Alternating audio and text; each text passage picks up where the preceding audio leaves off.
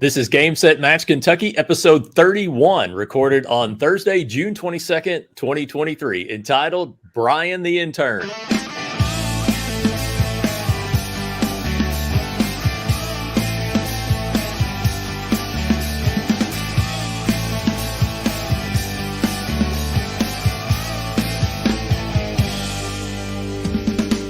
Hey everybody, it's time for another episode and another season of Game Set Match Kentucky, where we talk about all things related to the Central Kentucky Tennis Series and maybe a whole lot more that you never asked for. And this is almost definitely going to be one of those days where we get into other topics that maybe aren't even tennis related.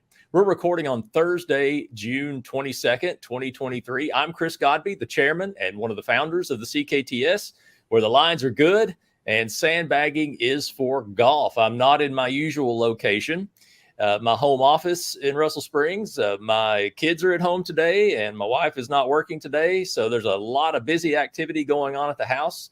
And so I thought I'll go to my work office. I'm off today. I'm just using the office and I got all set up here and I'm ready.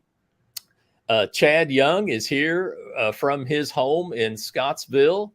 How's it going, sir? Going well. Just got done with tournament earlier, I guess last weekend, and recovering a little bit. I was glad I had the day off on Monday.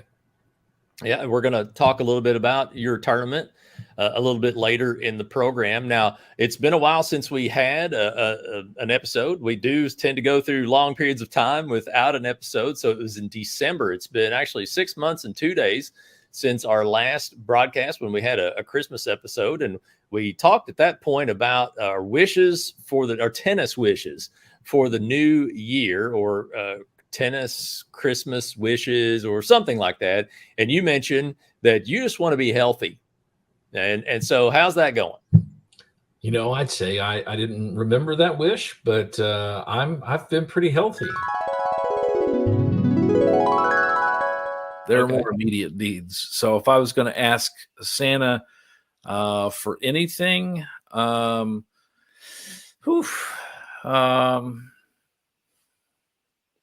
would like to be fully healed. I feel like I've been dealing with one nagging injury after another. Well, you know, I just remembered, and as you get older, you realize that happens from time to time. I've been pretty healthy, except for we went out to Colorado on spring break. I decided to go skiing for the first time in probably 20, 25 years, and took a pretty hard fall and definitely, I think maybe just bruised a rib. But it set me back tennis wise for about 3-4 weeks. Yeah. I haven't skied in a while. Makes me nervous. I worry about my knees. I do love skiing though. And, I may just stick to, tubing, if I go back to the slopes. So, I loved it. I'm dumb enough to want to do it again. And I knew, since it had been so long, that there was a pretty good chance I was going to fall at least once. And that first one was a doozy. And but I was really worried about tearing an ACL or breaking an arm. So, you know, a little bit of rib pain, it was well worth it. Yeah, your knees are definitely in danger on the slopes. Your back. Last time I skied, I fell backwards and hit my head on some ice, and you know that stung for a little bit. But I do enjoy skiing. Right now, I'm nursing a partially torn Achilles. I think it developed this spring when I was playing in a mixed doubles league in Somerset, and I had to rest it for a while, and now I am rehabbing it. Hopefully I don't have to have surgery, but I've missed playing. It's been a few months. And so we've got a lot of tennis to talk about. We're going to have a guest today on the program. So today on the show, we're going to talk about the start of the 2023 season of the Central Kentucky Tennis Series. And we're going to have a guest today. It's been a while since we've had a guest on the program.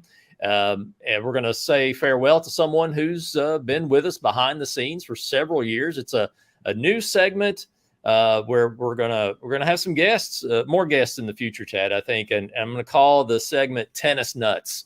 People that are crazy about tennis and they've got an impact on the game in some way. And I couldn't think of a better name, so I think it's going to be Tennis Nuts. And if you think of a better name, we'll change it.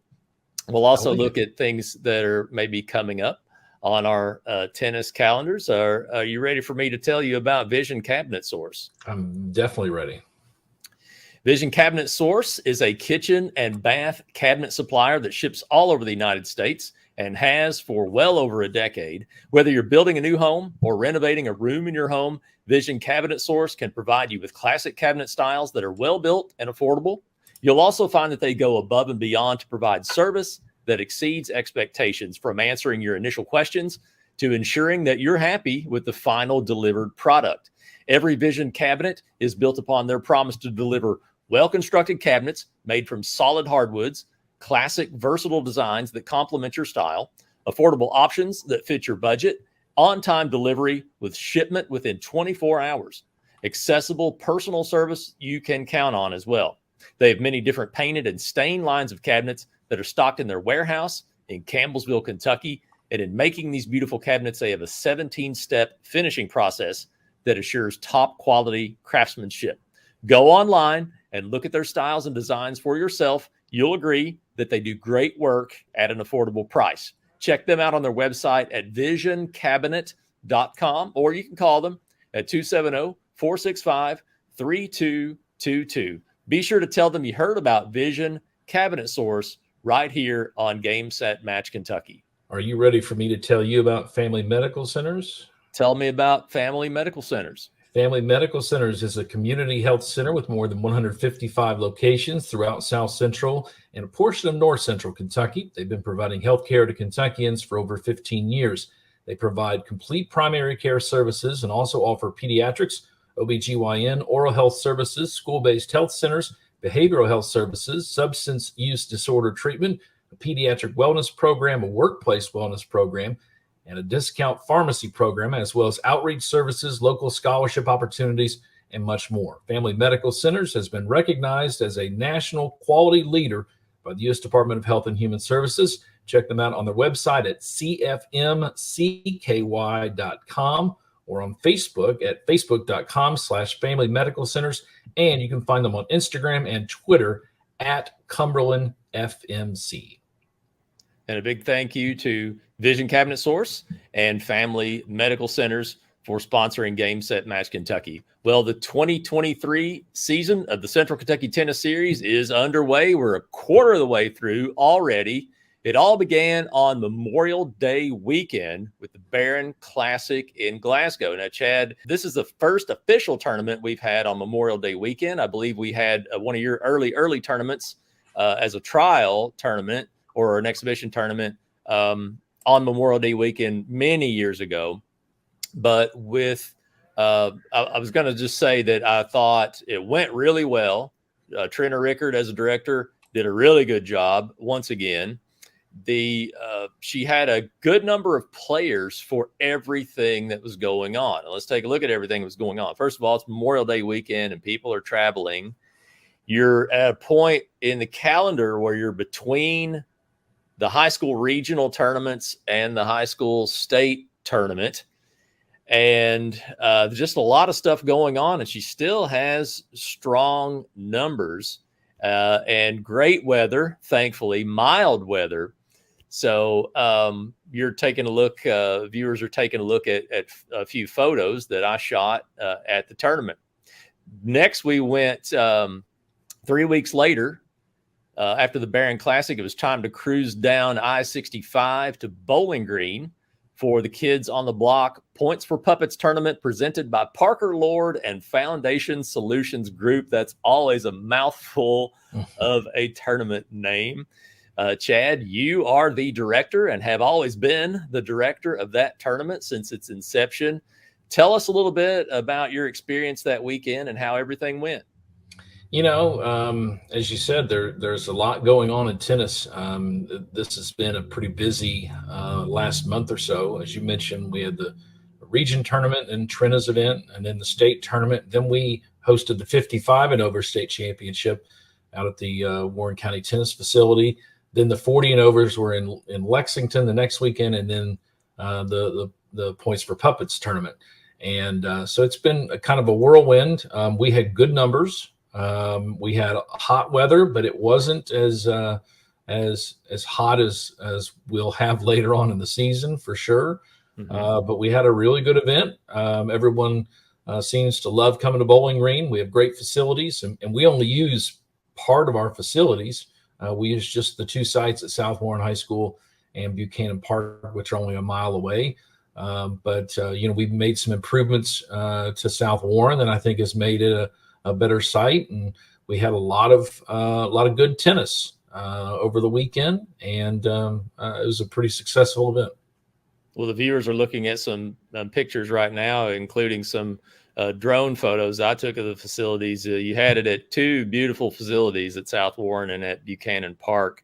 And I know that you played a few matches indoors on Sunday. I was there most of the day on Saturday, as you know, but on Sunday I was not there. And I know that you played a few indoor matches on Sunday. Was that just kind of, well, here we've got 6 more courts indoors, let's throw a few matches on, or did you have a little bit of dealings with the weather? Well, the first one we moved indoors was just a time issue. We were kind of getting a little backed up, so we had the courts inside, so I used one. And then the second one, we had kind of dodged a couple storms. Sunday, things were really kind of spotty thunderstorms, and we had dodged one, and it was actually the last match of the tournament. It was the only match left, and I knew that if I moved it indoors, I wouldn't have to worry about starting a match outdoor and then moving it indoor. And the players were, at that point in time, some of them had played a couple matches already, so everybody was happy to go indoors. So that allowed us just to kind of wrap things up in normal time and not have to move. And so it's great to have that indoor facility. I know a lot of players used it to warm up. We had the indoor courts available for people to use. We could move matches there if we needed to. But people ask a lot of times, tennis is an outdoor sport and it's an outdoor tournament. So we only go indoors if we're forced to because of rain, or if it's kind of a scheduling issue.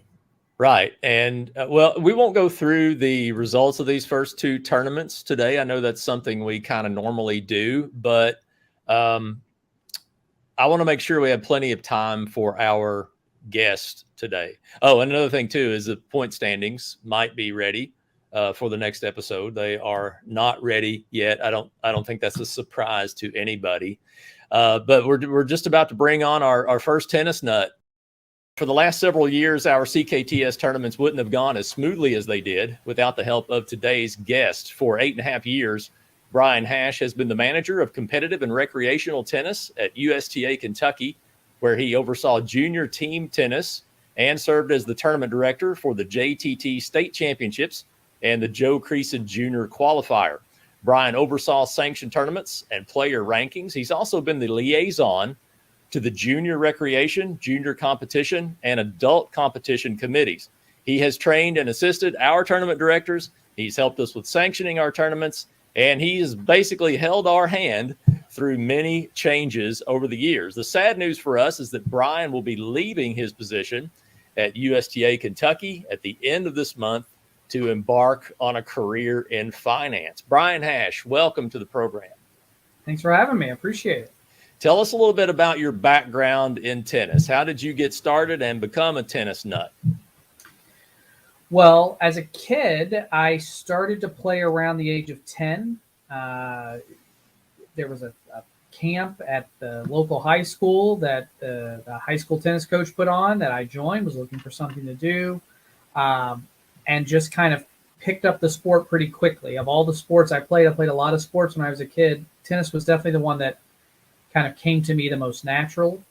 And even after that camp, the coach talked to my parents and said, I think he actually can play a little bit. And so we started to sign up for novice tournaments and find other little things we could do. And it just went from there. So I played all through high school, and even when I went to college, I went to Western Kentucky University in the summers and the holiday breaks I was signing up for adult league teams. So I continued to play for, into my adult years too.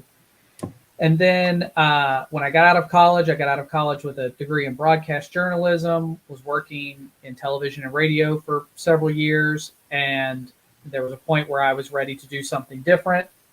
And a teammate of mine from one of my adult league teams was working for the USTA at that time, and there happened to be a position open on this staff. And so I went for it, and that was 8.5 years ago. And at first I started with the recreational side of things with kids. And then a year or two into my time, I also took on the competitive side of things as well. So it's been almost a lifetime sport for me, for sure. Can't believe you get out of the highly lucrative business of broadcasting. Yeah. To say I was the low man on the totem pole most of that time would be an understatement. I was working Sunday mornings, 4 a.m. to 10 a.m. and all kinds of weird hours. It was exciting work. You got to do some really cool things.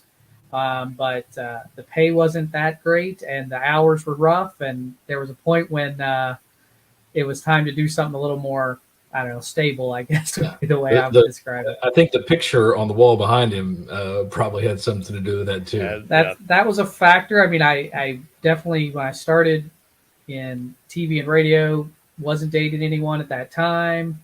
By the time I was getting out, I had started dating someone, so that, having those hours available to me was important. And then, that guy right there, let's see, on this side, he came along a few years ago. So, yeah. Well, I can't thank Bryan enough.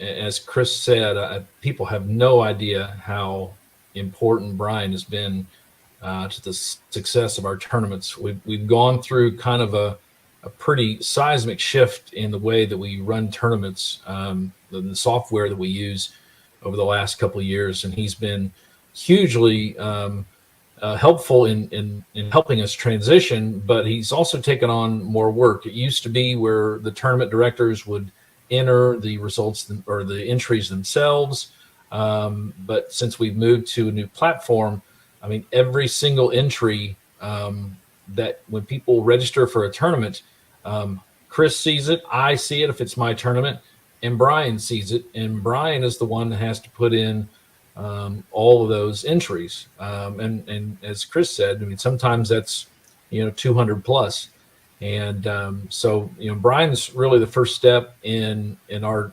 tournament getting kind of underway, and then he's always been there to answer questions, because there are always little issues with players and withdrawals and whatnot. So I just want to say thanks, because Bryan has been a huge asset.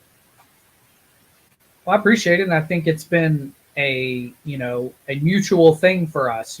Yes, I've been able to do a lot of that work that you mentioned, but on our end, we've brought a lot of your players kind of into our system. They now have USTA accounts. They get to see a lot of the other programs that we offer.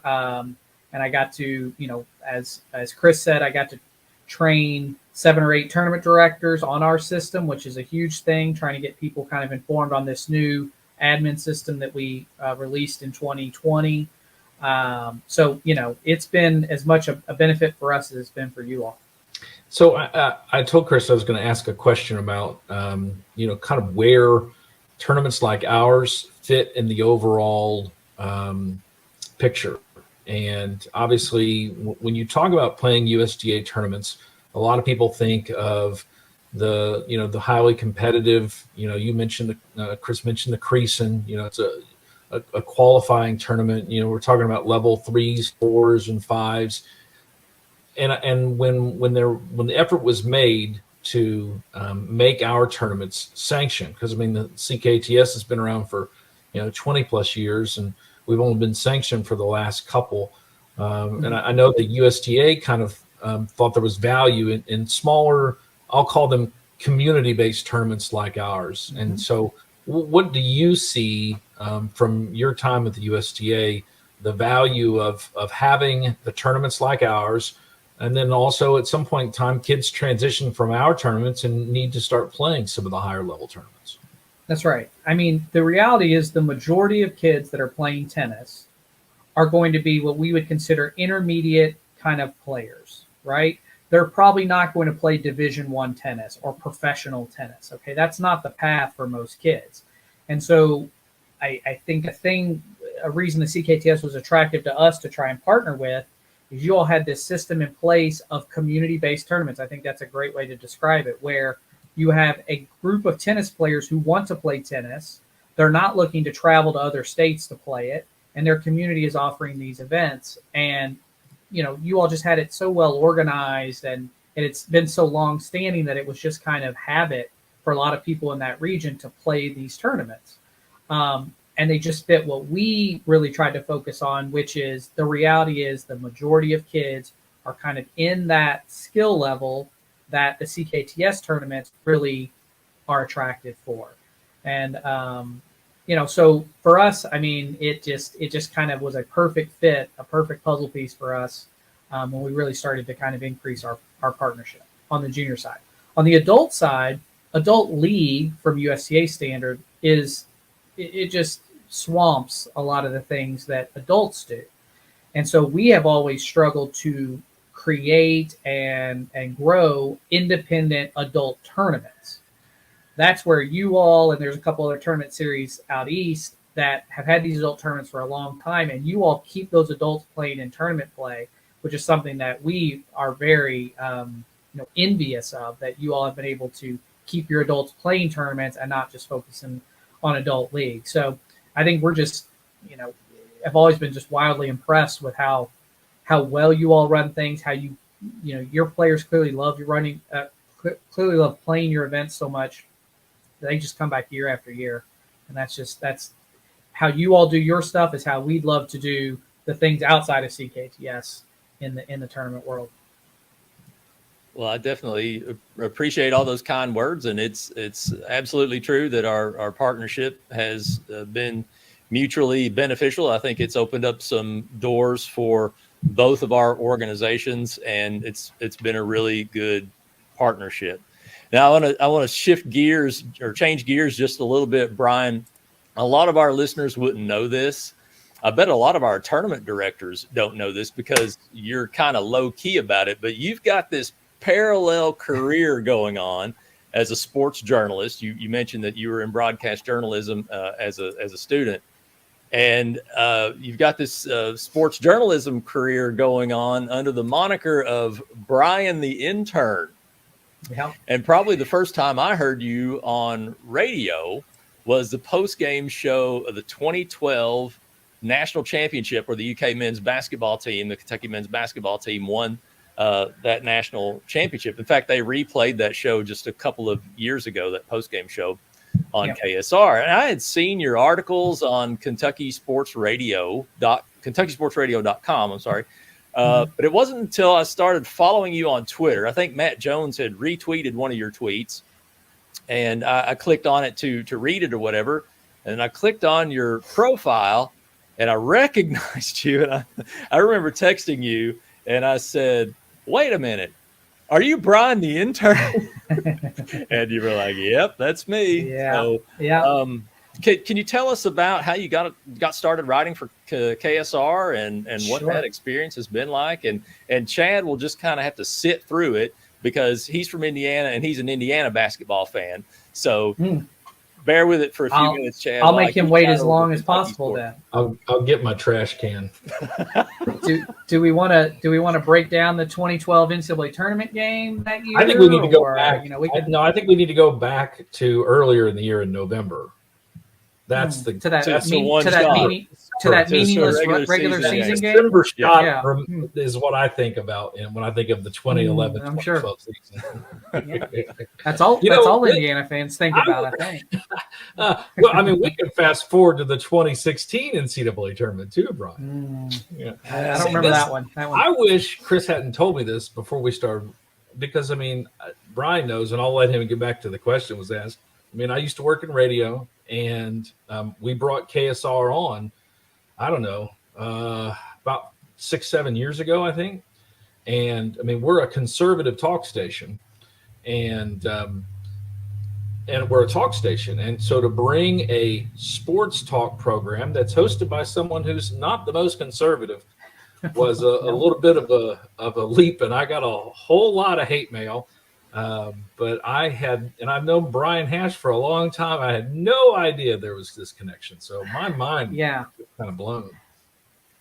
Yeah. So when I got out of college, I got an internship at a really bad radio station in Louisville. But one of the shows on that radio station was a show called The Sports Mob with Matt and Rob. And Matt Jones was the Matt of that duo. And I just by chance got kind of paired with that show as part of my internship. This is a show that you're going to help out with. And so I got to know Matt in the summer of 2007 doing that show. And then when my internship ran up, they hired me on just part-time as a producer for that show. And then in like November of that year, I barely even knew about the website, because at that point, the website it was a blog and it was not a popular thing. It was just something Matt did with a couple buddies. But he said he had this post he had in mind where like he wanted the readers to be able to see all of the pertinent newspaper articles and links at different websites. And he wanted to kind of dump them all into a post every day so that you could just go there and click on everything UK related in one stop. And he was like, do you want to do this? And he was like, and I'll let you kind of, if you want to, put your opinion in on that, that's fine. But this is the main thing. And I said, cool, why not? It didn't pay. It was unpaid. But it was just like a chance to write a little bit and to be on this website. And, I don't know. I mean, Matt had no idea what was going to become of what ended up becoming his life. And I had no sense at that moment what it would become. And it's really just the luckiest thing I've just tripped into, quite honestly. And to Matt's credit, I think I was dependable. I posted daily. I tried at that time. And, he has found much better writers than me. He has found people that have dedicated that, like, this is their full-time life. It was never my full-time life. But Matt has never asked me to stop writing. He allows me to post, generally what I want, when I want. And I've always been really grateful, because I've always thought there might be a point where he just says, like, we got people that are doing this full time. Why don't you step aside? He's never done that. He's been very loyal to me in that way. And so I'll always be appreciative. But I don't think in 2007 we had any clue what would become of the site and then the radio show. And when he started the radio show, I was working at that radio station. This is a different station than we started at. And so I did a lot of stuff to help build that show up initially.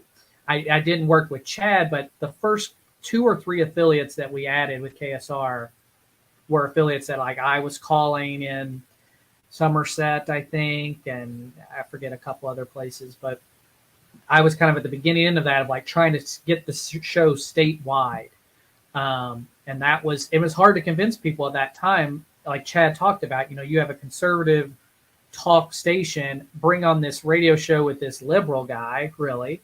That was a hard sell sometimes, but I think those who have jumped on it now recognize the advantages to it and the audience he brings. So it's been wild. Having hung out with Matt a little bit at different UK events, I wouldn't want his life for anything.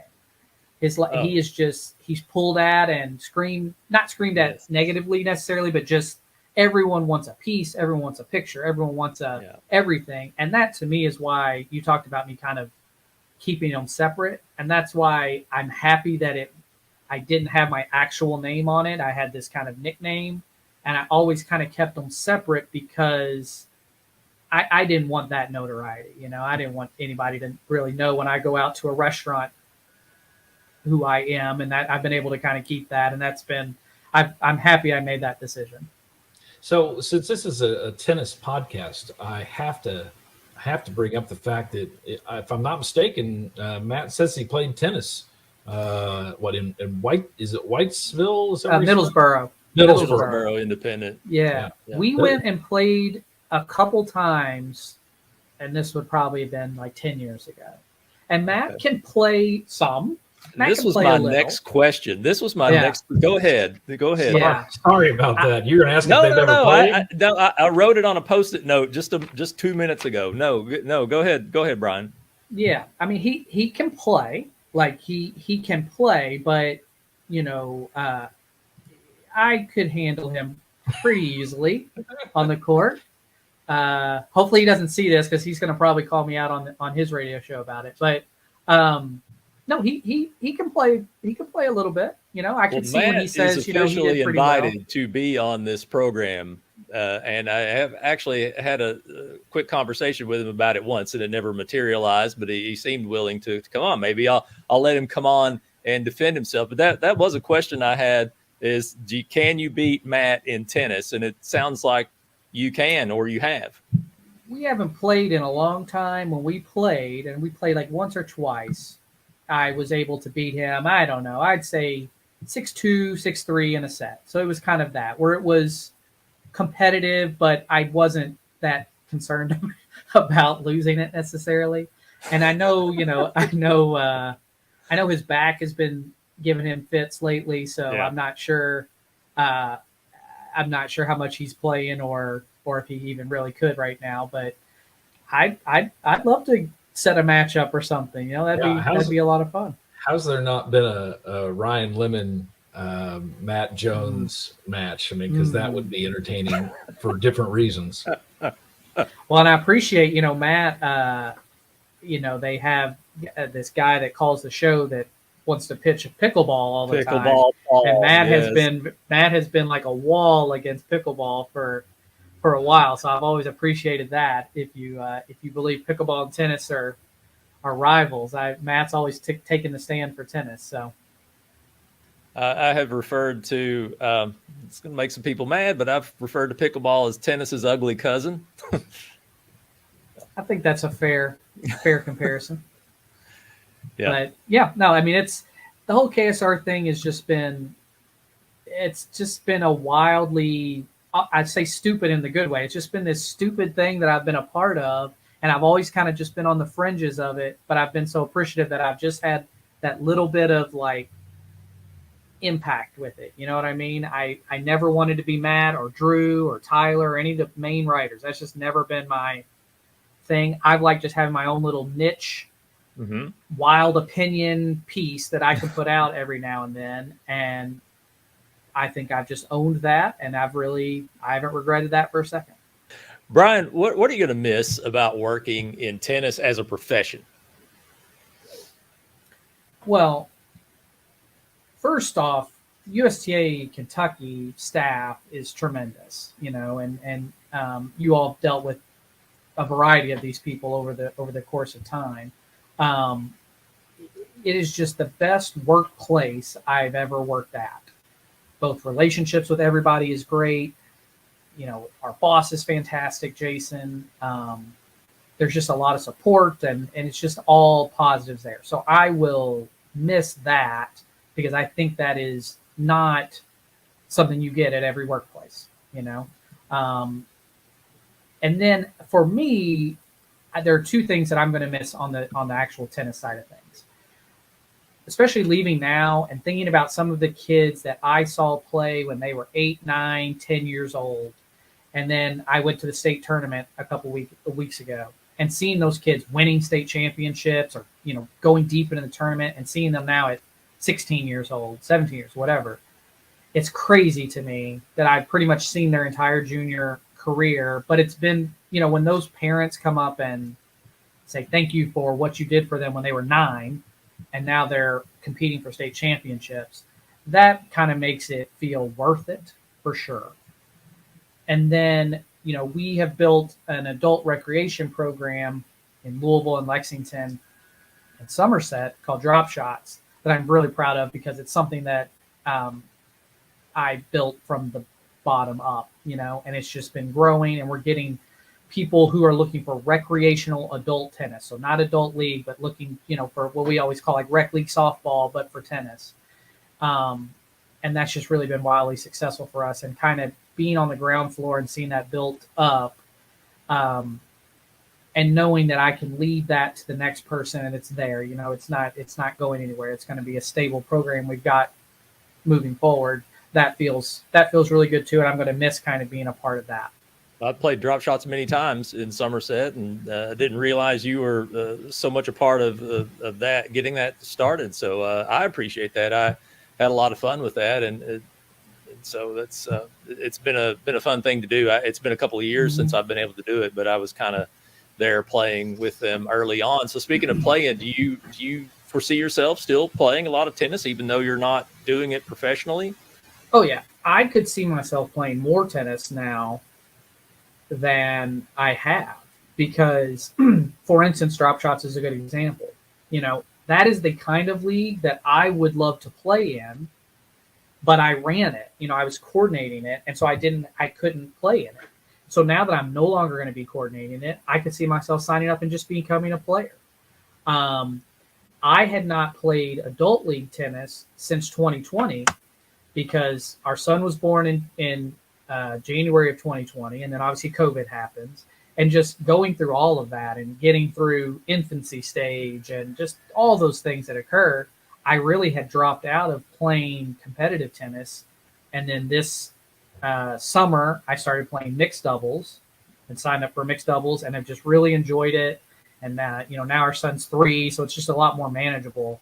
And so I actually think I'm going to be playing more tennis kind of moving forward, now that I'll be stepping away from the professional side of things. You can follow Bryan Hash on Twitter at Bryan the Intern.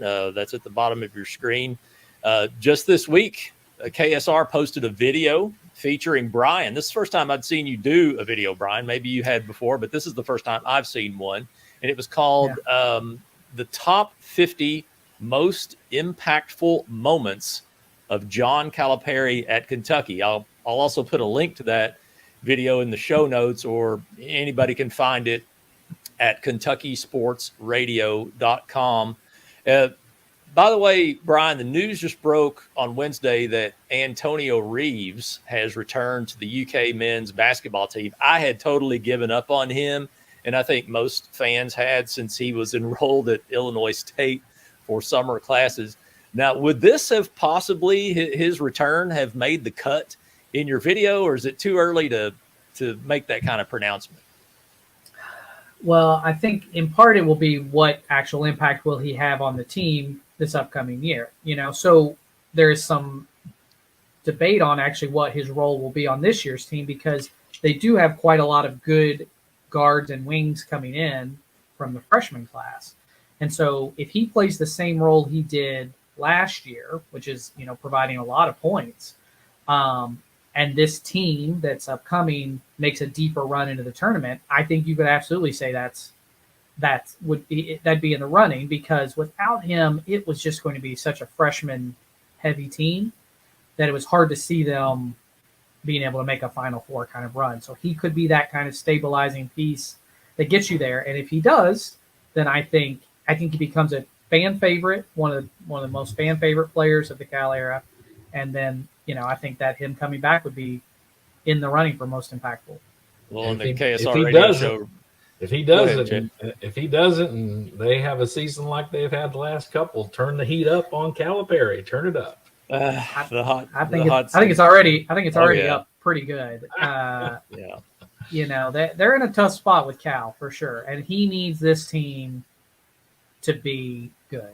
He just does. I mean, I'm not saying he's going to leave, and I don't think they can fire him, but I think you don't want a fan base who hates you at UK.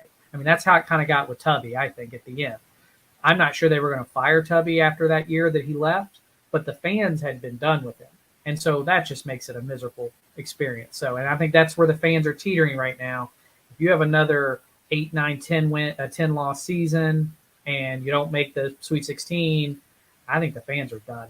And that's just not sustainable. Well, with a key piece like Reeves returning, what are our chances of cutting down the nets? Now, and let me clarify that. I don't mean like cutting down the nets after a regular season loss where you finish tied for the division championship or the conference championship. Yeah. I'm talking about cutting down the national championship nets. What are the chances? Well, no matter how good your team is, Did it's that go really over hard your to win head, that. Now, Chad understands. He Go gets ahead. it. He gets it. It's really hard to win a national championship, no matter how good your team is. A lot of really great teams, as UK has shown under Cal, don't win the national championship. I do think that what this team has to do is they need to be good from the beginning. Like, I think people have reached the end of, oh, give them 3 months and we're losing to Duke at the beginning of the year, and we're losing to Kansas at the beginning of the year, and we're losing to, the good teams we play, we just lose to all of them. And then we hope and pray that the team is good in February and March. I think people are just done with that. And the thing that scares me is it seems like the team that he's got coming is that kind of team that's going to need months to get good. But ultimately, whether they're good or bad during the regular season, if he can make it to the Elite Eight or beyond, I think everyone's kind of will be back on board. I would say their chance of winning a national title, I don't see it with this roster. Unless a couple of these freshmen are John Wall level freshmen, where they're that impactful. They're All-American type players. Maybe DJ Wagner's that person. But it seems like in the post they are thin. They have no depth, really. Are they skilled? Aaron Bradshaw just broke his foot. So there are a lot of question marks. Hopefully, that doesn't come back to bite them. But I definitely go into this season a little hesitant to hype up this team as much as we've done and with a lot of teams. I very much more in a wait and see kind of mode with this team. Are you sure that Bradshaw broke his foot? I haven't seen him. Well, I know. Yeah. And you won't see him probably. I don't know. That's what they say. And then of course the videos came out of him playing a little bit at camps and he looked okay. So I don't know. I'm going off that report. But even with him, they were going to be a bit thin in the front court, and foul trouble or whatever the case may be, game to game, that can be tough. So they need a couple. I think at least 2 of the freshmen coming in to be like the old Cal freshmen, where they are just elite star players from the beginning. And if that happens with Reeves in there, and I think you're okay. They'll be fine. Are they national title contenders? I don't see it really with this roster, but you never know. Well, that's awesome insight. Chad, did you make it through the Kentucky basketball stuff? Is your stomach doing okay? It's been one of the hardest podcasts I've ever had to endure. I just want to make sure you're all right. As long as Indiana doesn't have to face like St. Mary's or a BYU, then they're probably okay for the tournament. But you face powerhouses like those schools. What are you supposed to do? What are you supposed to do? Oh, Bryan, it's been great having you on here, and I appreciate all the additional insight into Kentucky sports, even if it made Chad a little bit miserable. Chad, thank you for being such a good sport with the whole Indiana thing too. Bryan, we're going to miss you. We're going to miss all the help you provided. I'm going to miss the help you've given me, and all the discussions and all the help you've given to the tournament directors and all the training. I definitely wish you the best of luck. I hope that our paths will cross again somewhere down the road, whether Bryan, it's on the tennis court or whatever. Yeah, Bryan says he's going to play some more tennis, so we're going to have to get him down to a CKTS event. Get him on the tour, absolutely. How about we set up a doubles match, Chad Young and Chris Godby versus Bryan the Intern and Matt Jones? You count me in. Count me in. You have to watch Matt's line calls, I hear. Or his back. You got to watch his back too. He's gonna be crawling around at some point. He'll pull up lame with his back. I was speaking of which, by the way. Now this may have already been taken care of, but on yesterday's Kentucky Sports Radio, Matt said he was having trouble finding a fill-in host one day of his vacation, maybe next week. And I just wanted to put it out there that Chris Godby and Chad Young of Game Set Match Kentucky are free and available if he wants to give us a call. We're not doing anything that day, whatever day that is. Okay. So. Yeah. Whatever day he picks, you've got. Well, Bryan, thanks again. And I really appreciate it. And we'll see you again sometime soon, I hope. I appreciate it. I thank you for the kind words. I am going to miss doing this tremendously, and you all have been a joy to work with. I have nothing bad to say. And like I said earlier in the podcast, the thing you all built and you continue to build and sustain is really something to be celebrated. And I know from the USTA's perspective, it's kind of one of the gold standard things that goes on in tennis is CKTS. So wow, keep up the good work. And that is high praise. No, you deserve it. You deserve it. Well, thank you so much. Thank you all. See ya. Let's take a quick look at what's coming up next on the calendar for the Central Kentucky Tennis Series. We've got the State Farm E-Town Open that's happening on July 1st and 2nd in Elizabethtown, Kentucky. Entries are open right now, and the deadline is this coming Tuesday, June 27th at 6 p.m. It's the biggest, if not one of the biggest, tournaments that we have on the tour every summer. Right after that, 2 weeks later, will be the Miller Park Tennis Classic. That's in Campbellsville, Kentucky on July 15th and 16th. Entries will open on Monday, July 3rd, the day after the State Farm E-Town Open ends.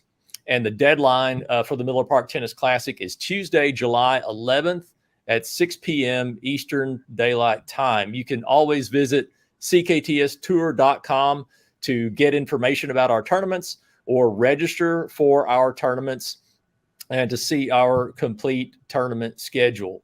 I'm in.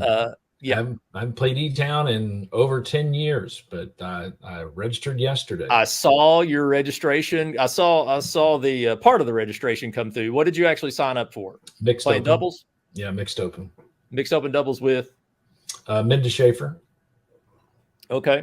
So we played mixed together last year in the state tournament. I'm not sure if we're going to be able to play in the state tournament this year together, but we decided to play some mixed. So I'm excited. I haven't played at Freeman Lake. I've coached at Freeman Lake several times, but I've never played there. So I'm looking forward to it. I'm sure Karen will roll out the red carpet. I hope she will. I'll give her the heads up that you're coming. You should wear that crown and cape that you wore at the Halloween event and just make it a real deal. How about that? I don't know about that.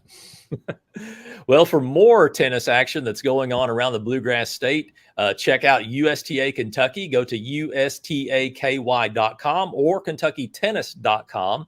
You can also keep up with them on Twitter at USTA Kentucky or on Facebook at USTA Kentucky. You can also email us your tennis event information to info@gamesetmatchky.com for any leagues, camps, tournaments, clinics, or anything like that you have going on. We don't have a challenge to call this week. Send us something to challenge@gamesetmatchky.com if you want us to discuss it on the show. Hopefully we'll have something like that for you soon. But that's going to just about serve out another extended length episode of Game Set Match Kentucky, and I really appreciate everyone for listening. I welcome you back to a sixth season of the podcast. If you haven't done so already, please subscribe to this on any major podcast app or platform on your mobile device. And in your mobile device, you can go in and give us a quick review and a 5-star rating. We'd appreciate that very much. You can always visit GameSetMatchKY.com for all of our episodes and show notes and more. Please go and give a like to our Facebook page. It's facebook.com/GameSetMatchKY, or you can search for Game Set Match Kentucky, the podcast. Also give a like to Central Kentucky Tennis Series on Facebook, if you would, please. It's facebook.com/CKTS Tour. Chad is on Twitter at Chad Young Tennis, and I'm on Twitter at Chris Godby. Thanks once again to our sponsors, Vision Cabinet Source and Family Medical Centers. Chad, it's been a long one. I know you've got to get to work, and there's that sound. Oop. Hawkeye says we are out. So until next time, I'm Chris Godby with Chad Young, and this has been Game Set Match Kentucky.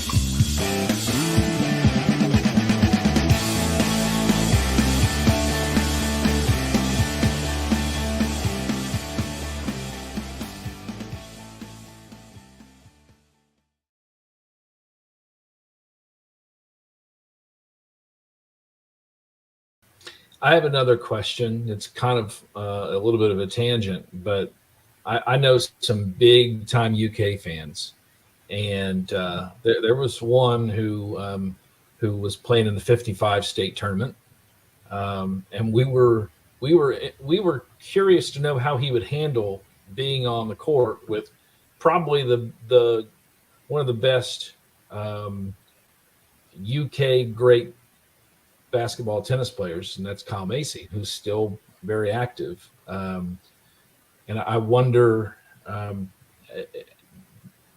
you ever played with Kyle? And since you're a big UK fan, did that leave you starstruck as well? So I have never played with Kyle, but know of Kyle's Kyle's a highly skilled player. But I've actually worked with Kyle on a few tournaments. He used to help out with a couple tournaments in Lexington. And what was funny was the first time I met him, I knew of him, certainly. But he's before my time.